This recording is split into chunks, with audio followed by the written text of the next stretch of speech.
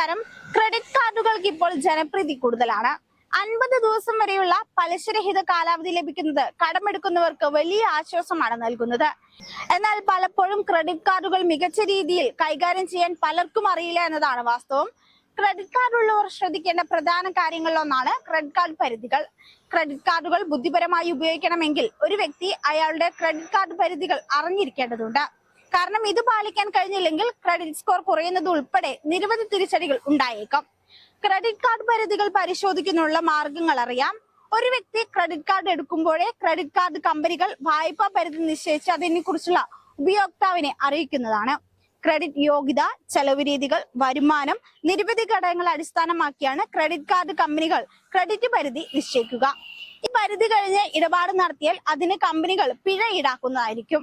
Credit card പരിധി കവിയാതിരിക്കാൻ എന്തൊക്കെയാണ് നമ്മൾ ശ്രദ്ധിക്കേണ്ടത്? വായ്പാ പരിധി ഉയർത്താൻ ആവശ്യപ്പെടാം. ചെലവുകൾ പരിശോധിക്കുക. അതുപോലെ തന്നെ കൃത്യസമയത്ത് പേയ്മെന്റുകൾ നടത്തുക.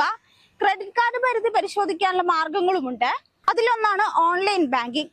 ക്രെഡിറ്റ് കാർഡ് ഉടമയുടെ ബാങ്ക് ഏതാണോ ആ ബാങ്കിന്റെ ഔദ്യോഗിക വെബ്സൈറ്റിൽ ലോഗിൻ ചെയ്യുക. ക്രെഡിറ്റ് കാർഡ് വിഭാഗം തുറക്കുക.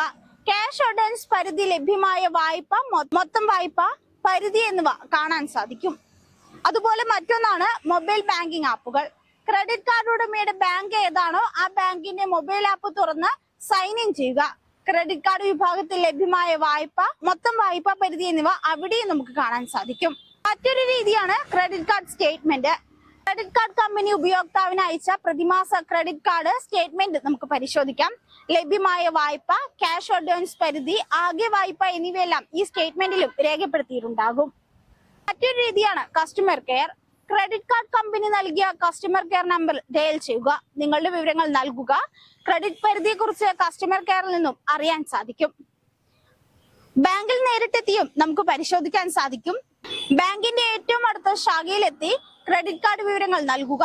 നിങ്ങളുടെ ക്രെഡിറ്റ് കാർഡ് പരിധിയെ കുറിച്ചുള്ള വിവരങ്ങൾ അവർ നിങ്ങൾക്ക് നൽകുന്നതായിരിക്കും.